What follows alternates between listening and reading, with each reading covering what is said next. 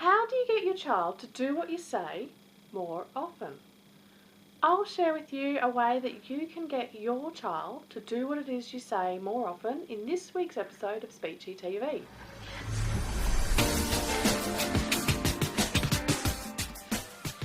Hi, and welcome to Speechy TV. In this week's episode, I'm going to share with you a way you can get your child to do what you say more of the time. One thing that I see a lot of parents doing is asking or telling their child to do something, but not giving them enough information to know what it is they should do instead. So, if your child is standing on the table and jumping up and down, the first thing you might think to say is, "Stop jumping on the table."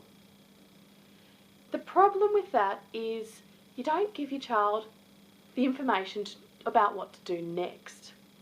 So one thing you could say is, hop off the table. An even clearer way of telling your child what it is they should be doing is put your feet on the floor or put your bottom in the seat. That gives them a really clear idea of what it is they should be doing. Now, there's two reasons that telling your child to stop jumping on the table doesn't work. The first is that the development of the negative, don't, do not, stop, actually comes later. So your child may not have yet reached a stage where they can put together the negative with what they're doing. So they're hearing, jump on the table. Awesome, I'm doing the right thing, I'm jumping on the table like you said, and this is a great game. The other thing is when you tell your child to stop jumping on the table, you're not giving them the information. So think about the ways that they can be successful in doing the right thing from what you've said. They don't have to think too hard about what an alternative behaviour they could be doing is. So some other examples of things that you could say instead.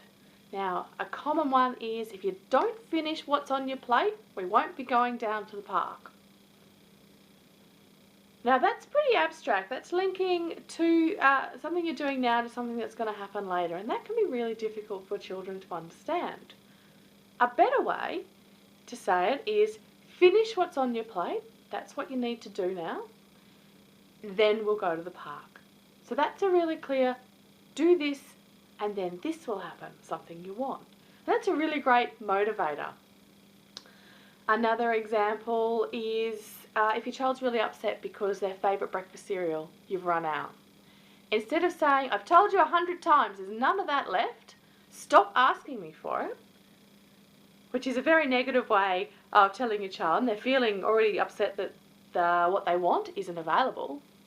A better way is to let them know that you've heard them. I hear that you're upset because your favourite breakfast cereal has run out. I really wish I could magic you up a box.